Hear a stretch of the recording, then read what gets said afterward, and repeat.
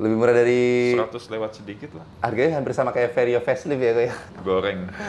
Digoreng banget, Varionya yang digoreng ya. Kenapa lu nyambung-nyambung ke Vario? Belum lagi kalau kita harga jual, lu ada rezeki besok-besok lu mau tuker tambah mobil. Lebih jual gampang rush. Lebih gampang juara. Sesuai lah ya. Jadi dibilang kecepatan juga enggak juga. Karena kan mungkin pemakaiannya agak ekstrim. Iya, pemakaiannya kurang wajar.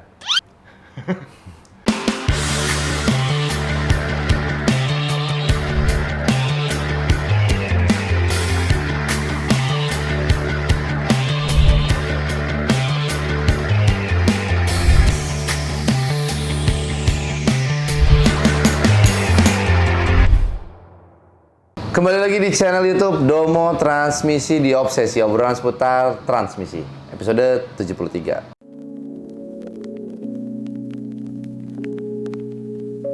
Seperti biasa, kembali lagi bersama saya Arya dan Bapak kita, Bapak Freddy. Gimana kabarnya kok? Sehat Pak Arya? Sehat-sehat. Nah, seperti biasa guys, jadi buat teman-teman yang punya pertanyaan seputar otomotif, itu teman-teman bisa tulis di kolom komentar aja dengan hashtag obsesi, nanti akan kita bahas di video-video selanjutnya. Nah, buat teman-teman juga yang suka nanya-nanya atau yang suka berpartisipasi dalam obsesi, kita akan membacakan 2 pemenang dari obsesi episode 66. Oke, langsung masuk ke pemenang yang pertama dari @indra_isk. Apa ada tips buat user Honda CVT supaya aman dari belt putus? Kebetulan pengen minang HR-V Gen 1. Agak ngeri juga ya. Kirain 1,8-nya beda CVT-nya. Macam Civic, taunya sama aja ya. Oke, jadi untuk Indra ISK boleh langsung hubungin admin ya. Jadi tolong divalidasi ya. Validasi akunnya nanti buat klaim hadiahnya. Next, untuk pemenang yang kedua ada dari @mohamadnugrae.j.danial271 hashtag obsesi. Permisi kok, mobil gue CVT kalau dilepas gas berasa ndut-ndutan banget. Awalnya nggak ada ndut-ndutan dan penurunan kecepatannya awalnya normal, tapi sekarang berasa ndut-ndutan banget di kecepatan 40 sampai 25 km per jam. Mobilnya Almas. KM sudah 186.919 ongoing. Oke, jadi itu untuk pemenang yang keduanya ya. Jadi untuk Muhammad Nugrae boleh langsung hubungin admin aja untuk klaim hadiahnya. Nah, Kok Freddy. Kita masuk ke pertanyaan obsesi yang pertama dari @legenda Pradipta Nuari 1960. Hashtag obsesi. Saya rencana mau ngambil X-Trail T32 karena harganya sudah menarik. Kalau CVT X-Trail T32 itu apakah kuat dan perawatannya bagaimana supaya bisa dipakai jangka panjang? Di bengkel Domo Transmisi apakah bisa layani CVT Nissan juga kalau CVT-nya bermasalah? Terima kasih. Bisa banget kan di sini? Iya. Jadi T32 itu yang udah biasa kendalanya apa aja nih Sud? Bunyi. Bunyi paling sering ya? Iya. Terus apa lagi? Slip. Gerdek-gerdek. Tapi kita ingat gak kok dulu pernah bikin video YouTube yang Nissan T32 tuh lagi ada 3 biji. Ya. Nah itu 3 apa 4? antara itulah. Tapi ini sebenarnya T32 tuh Ada lagi KM-nya rendah loh itu. Iya, ada yang 70 ribuan kan? Atau 90 ribu ya, aku lupa ya. 40-an kayaknya yang 40 ribuan ya? plat yang putih plat H. Oh iya, tapi itu second memang mobilnya kok. Nah cuma memang T32 ini lagi di titik terendahnya kok. Anjir, di titik terendah. Karena di marketplace kalau lihat harganya berapa kok? Harganya udah sangat menarik. Sangat 100 kecil dapat udah. Harga kecil dapat ya. Gila, harga lebih murah dari ini ya kok ya. 2014, 15. Iya, lebih murah dari 100 lewat sedikit lah. harganya hampir sama kayak Vario facelift ya kok ya. Goreng. Digoreng banget, Varionya yang digoreng ya. Kenapa lu nyambung-nyambung ke Vario? Lu mau naikin harga Vario lu? Oh enggak dong. Enggak, memang maksudnya T32 ini lagi di titik terendahnya Ya, kok. harganya udah menarik. Jadi Iya, harganya menarik banget. kalau rencana ngambil ini T32 oke-oke aja Oke-oke sebenarnya. aja. Cuman dibilang badak banget juga nggak terlalu ya kan. Kalau Matic perbaikannya Lumayan mahal T32. Problemnya tadi yang paling sering itu bunyi, terus ada gerdek-gerdek, lost power, terus abis itu sama overheat di CVT. Oh iya. CVT-nya terlalu panas. Kadang terlalu panas dia nimbulin problemnya yang tadi itu kayak lost power. Atau dia stuck di gigi 3. Selipan. Masuk safe mode, slip, nggak kuat. Nah itu balik lagi kalau misalnya jadi ngambil T32 ini ada bagusnya ditambah cooler. Iya, benar. Di transmisinya supaya lebih dingin. Ada beberapa kasus juga coolernya kan bisa jebol nyampur sama air radiator. Nanti kos perbaikannya akan lebih mahal lagi lah ya. Betul. Jadi kalau beli T32 ini karena harga spare part-nya nggak murah, kalau beli di harga 150 nggak worth it lah ya Pak ya. Tapi kalau bawa mungkin lebih enak dibanding CR-V loh kalau Nah, gua. setuju. Lebih enak. Apalagi kecepatan tinggi. Iya, lebih enak. Lebih enak. Menurut gue ya. Apa karena bannya lebih gede, weh? Maksudnya CR-V-nya yang seangkatan ya? Iya. Berarti kan ini kan Gen 4. kompornya sama Gen 4 ya kompornya ya. Gen 4 kan berarti masih AT kan yang itu CR-V. Kalau ini kan CVT. Perawatannya gimana ya itu tadi kalau mau awet di transmisinya coba pasang cooler ya kan. Iya. Sisanya ya udah kapan mau rusak kan nggak ada yang tahu. Karena di tempat kita yang pernah overhaul di sini rata-rata KM-nya kan ada yang masih di bawah 100.000, ada yang 100 ribuan, ya kurang lebih begitulah ya. Oke, next masuk ke pertanyaan kedua dari @Denny Fajrian 3858. #obsesi. Minta pencerahannya kok Freddy dan Mas Arya. Saya tinggal di daerah pegunungan. Rencana mau beli mobil kalau nggak expander Rush. Soal transmisi dari kedua mobil itu mending pilih yang mana? Makasih, sukses selalu, Domo Transmisi. Jujur ngomong kalau tinggal di pegunungan mending ambil Rush karena penggerak belakang. Kalau expander penggerak depan. Pasti akan lebih kuat penggerak belakang. Sama-sama AT, expander pun ada yang CVT ya kan. CVT pun ya 2021 up lah. 2021 ada peralihan antara AT sama CVT. Kalau tinggal pegunungan better ambil AT, cuma kalau bisa ada opsi penggerak belakang lebih bagus. Betul. Sama-sama mobil 7-seater kan. Ya itulah expander juga nggak irit-irit banget sih. Kayak ini bensinnya start dengan Accord 1:9. Padahal cc-nya 1.500 ya. Tapi Accordnya Accord waras ya. Oh iya, Accord waras. Kalau Accord gak waras bisa 1:7. Ngeri itu. Oke, berarti next ya, Pak ya? Next. Dari @samsulatif Z5K. #obsesi. Ko Freddy dan Mang Arya. Mamang. Saya baru minang Jazz GD3 KM 150.000. Matic-nya normal aja yang saya rasakan. Tapi rasa khawatir tetap ada karena kilometer sudah tinggi. Plus nggak tahu juga perlakuan di owner sebelumnya seperti apa. Semoga aja terawat. Tips dan saran dong buat saya yang baru pertama kali ngurus mobil. Terima kasih, sukses lah selalu. Jazz GD3. Balik lagi kalau habis ngambil mobil, usahakan apa yang ada liquid di dalam mobil diganti semua. Jadi contohnya air radiator, minyak rem ya kan, oli mesin, oli matic, itu kalau bisa diganti. Kompresor AC juga bisa diganti olinya. Terus semua yang ada liquidnya kalau bisa diganti. Jadi recordnya dicatat baru lagi. Betul. Leaking juga langsung diperbaiki ya, Pak ya? Kalau bisa. Leaking bahasanya asik. Ngikutin Ko Freddy. Bocor-bocor, leaking itu diperbaiki. Kadang sumber masalah bisa jadi dari leaking yang nggak ketahuan. Betul. Atau yang diabaikan. Betul.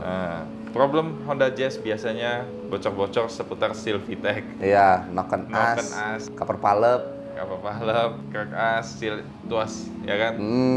Jadi kalau udah becek-becek, udahlah, mending diperbaiki. Selain ganti cairan, semua cek bocor-bocor. Habis itu kalau ngomongin transmisi paling ganti oli matic. Yang lain. So far kalau sejauh ini masih oke, ya udah dipakai aja transmisinya. Betul. Mobilnya ya kan. Ada juga yang masuk D, mobilnya getar. Iya. RPM-nya terlalu rendah. RPM-nya drop. Masuk gigi mundur juga sama. Ya kan? Itu yang paling sering di GD3. Cuma kalau bisa GD3 nih ngambil yang facelift. Yang lampu belakangnya titik-titik. Iya, harganya stabil. Oke, next ya, Kak ya. Dari @Zumbosok 27. #obsesi. Ko Freddy dan Kang Arya untuk overall transmisi AT yang CVT. AT atau CVT, apakah nunggu rusak dulu atau ada signal-signal petunjuk yang sebelum rusak agar bisa dicegah rusak di jalan? Biasanya sih kalau misalnya kita udah rutin perawatan, terus transmisi udah mulai ada gejala, tapi kalau gejalanya itu masih kadang-kadang, ya nggak ada salahnya kalau kita lakukan pengecekan dulu, ya kan? Cuma masalahnya kalau kadang-kadang itu begitu nyampe ke bengkel, masalahnya nggak ada. Masalahnya nggak muncul. Kadang itu jadi problem. Kita pun di sini kadang kesulitan kalau misalnya datang ke sini mau ngecek, problemnya pas nggak muncul. Lah kita mau saranin apa? Karena bisa jadi takut salah diagnosa kan. Sudah perbaikan ini, perbaikan itu ternyata nggak tepat kan. Nggak tepat sasaran. Biasanya sih ya cukup perawatan aja. Kecuali problemnya memang udah jelas. Mundurnya udah delay sekian detik baru jeduk. Itu kan udah jelas banget. Terus apalagi misalnya perpindahan giginya, contoh 2/3 deh, RPM-nya ngelos dulu, baru masuk ketiga. Nah itu kan masalahnya udah jelas. Jadi setiap datang sini, pas kita tes pun langsung ketahuan. Nah, berarti kita bisa saranin untuk apa. Nah itu memang harus untuk perbaikan. Contohnya begitu. Kalau misalnya masalahnya kadang-kadang timbul, kadang enggak, ya kita juga kadang bingung ya. Tapi ada beberapa kasus yang nunggu rusak dulu baru diperbaiki ada. Karena masalahnya kadang ada, kadang enggak ada. Tiba-tiba langsung rusak. Iya benar. Contoh kasus yang di Livina misalnya. Oh iya, Livina S10. S10 ya kan, masuk D nggak mau, mesti pancing di L. Oke. Tapi begitu nyampe sini kan mobil panas. Masuk D ya jalan-jalan aja pas panas ya kan. Kadang ya itulah, ada beberapa kasus yang memang rusak baru harus diperbaiki. Sinyalnya itu ya sebenarnya sinyalnya ya itu tadi, kalau misalnya tuas masuk gigi aja jeduk atau dingin masuk D nggak jalan, itu kan sebenarnya sudah sinyal-sinyal kan. Terus kalau misalnya pindah gigi pun udah nggak halus, nah, ada cerita selip-selipnya dulu baru masuk gigi, nah itu udah petunjuk sebenarnya kan. Dari lu ada? Ya paling dari aku sih kan kalau CVT kan dia udah ada signal-signalnya tuh kan dia rontok ya kalau kata kau kan. Cuma mungkin kalau AT kita harus lebih aware. Biasa kalau AT D-nya kedip kok. Kalau misalkan maticnya ada masalah ya. Jadi kalau misalkan mobil maticnya dia punya indikator D-nya tuh dia kadang suka kedap-kedip. Nah ada bagusnya tuh dia melipir dulu lah. Berhenti dulu, terus coba di reset dulu. Di reset mati atau enggak ya kan, bisa hilang atau enggak. Terus kalau misalkan di reset bisa hilang, yaudah coba pakai jalan lagi. Karena kan untuk beberapa kasus mobil kayak Avanza gitu kan dia kalau D-nya kedap-kedip dia nggak boleh dipaksa jalan kan. Dia harus langsung berhenti, matiin dulu, coba starter lagi. Kalau memang normal baru boleh jalan lagi kan. Tapi kalau D-nya kedap-kedip terus itu dipaksa jalan, maticnya bisa rusak ya kan. Paling kalau AT gitu ya kok ya. Next ya kok ya. Dari @Mr.Chun XZ4OG #obsesi. Kok menang mending. Budget 100 juta, mobil Toyota Rush atau Suzuki Grand Vitara, mana yang lebih baik? Nih budget cepet ya. Kalau menurut gua mending ambil Rush. Kenapa tidak Grand Vitara kok? Satu, Vitara itu nggak 7 seater. Ah, masa sih? Grand Vitara itu cuman depan sama tengah. Oh. Oke, 5 seater. Oke, itu Ini satu. Vitara yang lama kan kayaknya ya? Grand Vitara yang lama. Oh. Yang ada mesin 2000, mesin 24. 2,4. Matic-nya sama kayak Innova. Kijang, Innova. Iya. Kenapa ngambil Rush? Menurut gua ya, satu, faktor BBM. Rush itu lebih irit. Tuh. Vitara jauh lebih boros. Jumlah penumpang, lu bawa Rush, lu bisa ngangkut lebih banyak orang. Iya. Walaupun mungkin secara nyaman bantingan itu Vitara lebih enak, Vitara. ya kan? Tapi kalau misalnya gue pilih Rush. Belum lagi kalau kita harga jual, lu ada rezeki besok-besok lu mau tuker tambah mobil, Lebih jual gampang Rush. lebih gampang jual Rush. Harganya pun nggak jeblok-jeblok amat. Segitu-segitu aja. Lu pakai Vitara nih hari ini tahun 2025 lu beli misalnya, lu pakai 3 tahun lagi lu mau jual, Susah ya. nanti harganya udah makin turun. Kalau Peminatnya Rush lebih sedikit soalnya ya, Vitara tuh ya. Rush itu oke, cuma mungkin nggak nyaman ya kan. Gue udah beberapa kali ngomong ya, kalau ini kan berarti cepet ini kan dapat Rushnya Rush Konde kan. Minusnya nggak nyaman aja bantingannya, tapi kalau bisa terima sama kondisi nggak nyaman itu ya udah gas. Iya, benar. Kalau gue sih cepet ya, yang penting Rush. Lu pakai 2-3 tahun jual, harganya ya paling turun-turun dikit. Iya, segitu-segitu aja lah.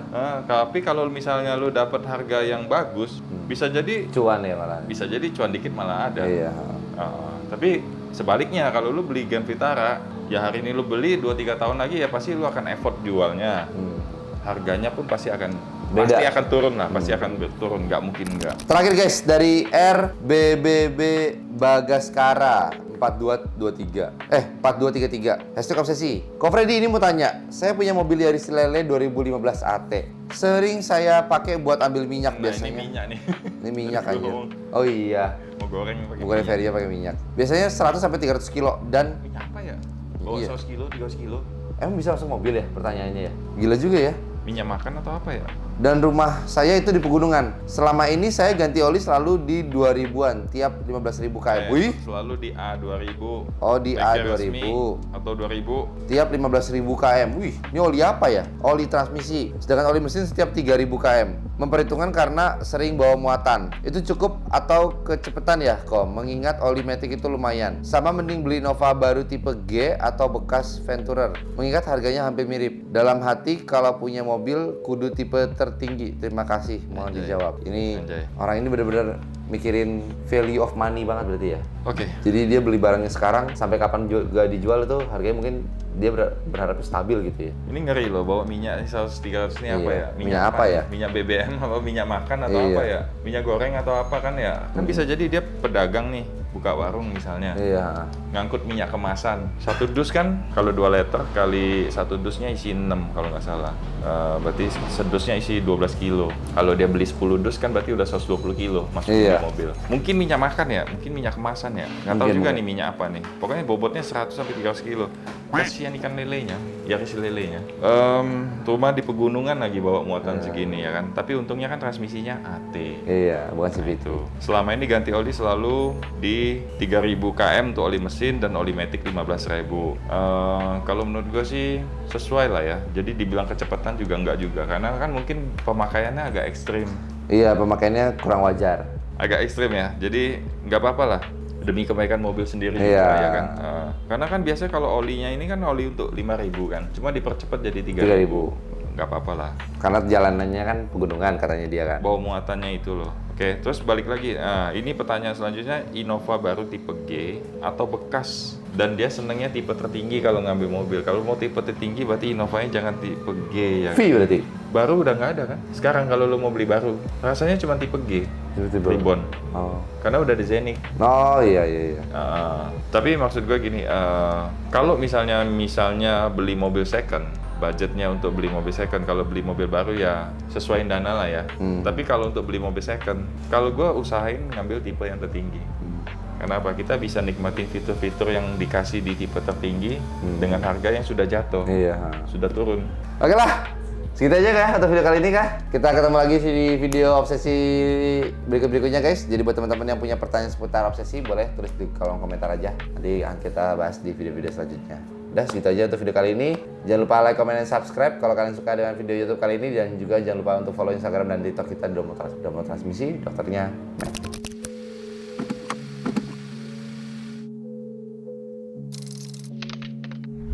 Domo Transmisi, dokternya Metik.